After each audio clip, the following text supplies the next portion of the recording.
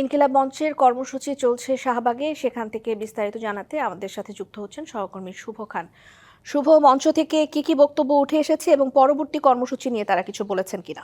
জি রিদওয়ান, আসলে এই মুহূর্তে রয়েছে কিন্তু শাহবাগ চত্বরে।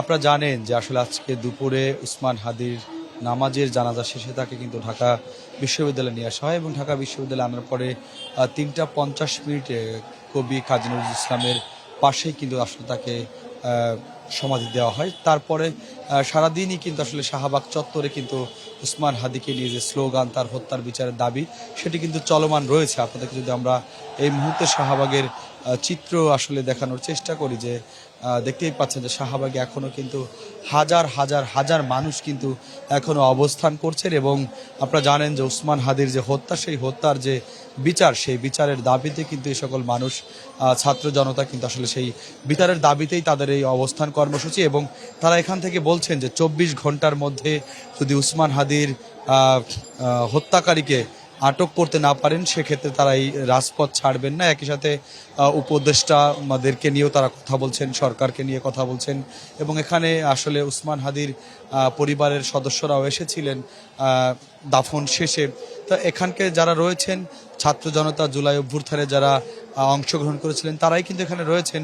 আসলে দলমত নির্বিশেষে উসমান হাদি যে মানুষের হৃদয়ে জায়গা করে নিয়েছে, সেটি কিন্তু আসলে আজকে তার যে দুপুরের তার নামাজের যে জানাজা, সেটি আসলে দেখলেই কিন্তু বোঝা যায় যে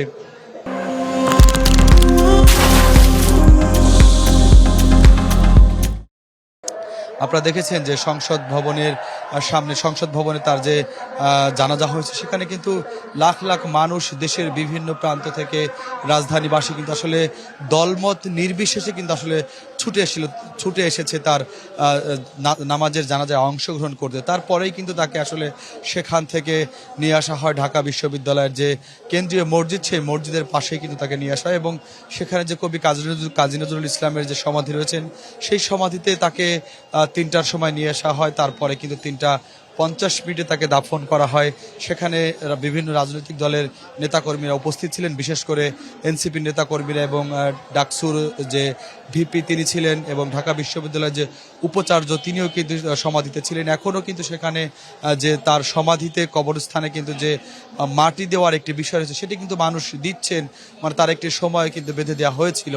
একই সাথে কিন্তু যে শাহবাগ চত্বরে যে পুরো রাস্তা চারপাশ আটকে যে ব্যারিকেড, এটি কিন্তু গতকালকেও ছিল, সকাল থেকে রাত 8টা পর্যন্ত কিন্তু সেই কালকেও কর্মসূচি ছিল এবং আজকে যেহেতু তার দাফন হয়েছে, আজকেও কিন্তু সকাল থেকেই এই কর্মসূচি চলছে এবং মানুষের যে উপস্থিতি, সেটি কিন্তু আপনাদেরকে আমরা দেখানোর চেষ্টা করছি। আসলে মানুষ কিন্তু এখানে রয়েছেন এবং এই জায়গা থেকে তাদের যে দাবি, উসমান হাদির মতো একজন নেতা, জুলাই অভ্যুত্থানের যিনি যোদ্ধা ছিলেন, জুলাই অভ্যুত্থানের যে সামনের সারির একজন যোদ্ধা ছিলেন, তিনি কিন্তু এই নির্বাচনে, ত্রয়োদশ জাতীয় সংসদ নির্বাচনে ঢাকা 8 আসনের একজন স্বতন্ত্র প্রার্থী ছিলেন। তিনি কিন্তু তার নির্বাচনের প্রচারণা চালিয়েছিলেন।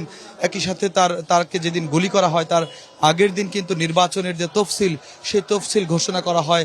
তফসিল ঘোষণার পরের দিনে একজন প্রার্থী কিভাবে গুলিবিদ্ধ হয়, দেশের সরকার এবং আইন শৃঙ্খলা নিয়ে কিন্তু এই কর্মসূচি থেকে কথা বলা হচ্ছে যে কিভাবে একজন নির্বাচনের প্রার্থীকে এভাবে গুলি করা হয়। এবং আপনারা জানেন যে তাকে গুলি করার পরে তাকে ঢাকা মেডিকেলে নিয়ে আসা হয়, সেখানে তাকে অস্ত্রোপচার করা হয়। এরপরে কিন্তু তাকে এভার কেয়ার হাসপাতালে নিয়ে যাওয়া হয়। এরপরে কিন্তু তাকে সিঙ্গাপুরে উন্নত চিকিৎসার জন্য নিয়ে যাওয়া হয়। এই মুহূর্তে কিন্তু শাহবাগ চত্বর কিন্তু স্লোগানে মুখরিত। রিদওয়ান, আপনাদেরকে আমরা দেখানোর চেষ্টা করছি।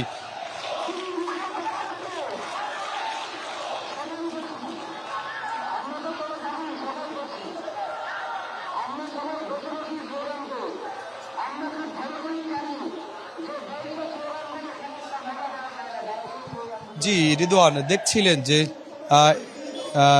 এই মুহূর্তে কিন্তু শাহবাগ চত্বরে যে স্লোগান, মানুষের যে উপস্থিতি, আসলে সবকিছু মিলিয়ে প্রমাণ করে হাদি যে মানুষের হৃদয়ে ছিল, সেটি কিন্তু আজকে তার নামাজের জানাজায় সেটি উপস্থিত হয়েছে। এবং তার মতো একজন রাজনৈতিকবিদ এবং অভ্যুত্থানের নেতাকে এভাবে গুলি করে হত্যা করা আসলে কোনোভাবেই আশা করেনি, কাম্য ছিল না। আসলে প্রশাসন কি করেছে এই বিষয়টাও উঠে আসছে এই কর্মসূচি থেকে, এই স্লোগান থেকে। সব কিছু মিলিয়ে যদি আপনাকে আসলে দেখানোর চেষ্টা করছি আমরা আসলে শাহবাগের অবস্থান কর্মসূচি কিভাবে ছাত্র জনতা এবং জুলাই অভ্যুত্থানের সামনের সারি নেতাকর্মীরা কিভাবে স্লোগান দিচ্ছেন।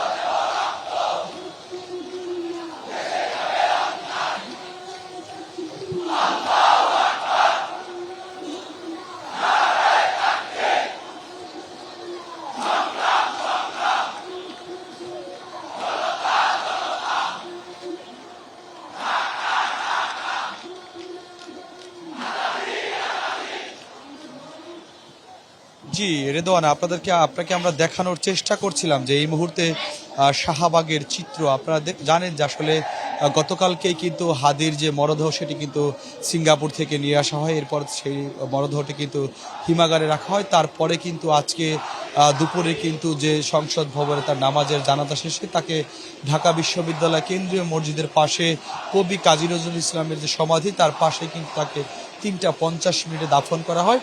এই সর্বশেষ শাহবাগে উত্তাল হাদিকে নিয়ে স্লোগান দিচ্ছে, তার বিচারের দাবি করছে তার সহপাঠীরা, জুলাই যোদ্ধারা, জুলাইয়ের যারা অংশগ্রহণ করেছিলেন জুলাই অভ্যুত্থানে সকলে। সবশেষ আসলে হাদির হত্যাকারীর সুষ্ঠু বিচার হোক সেই প্রত্যাশা কিন্তু তারা করছেন।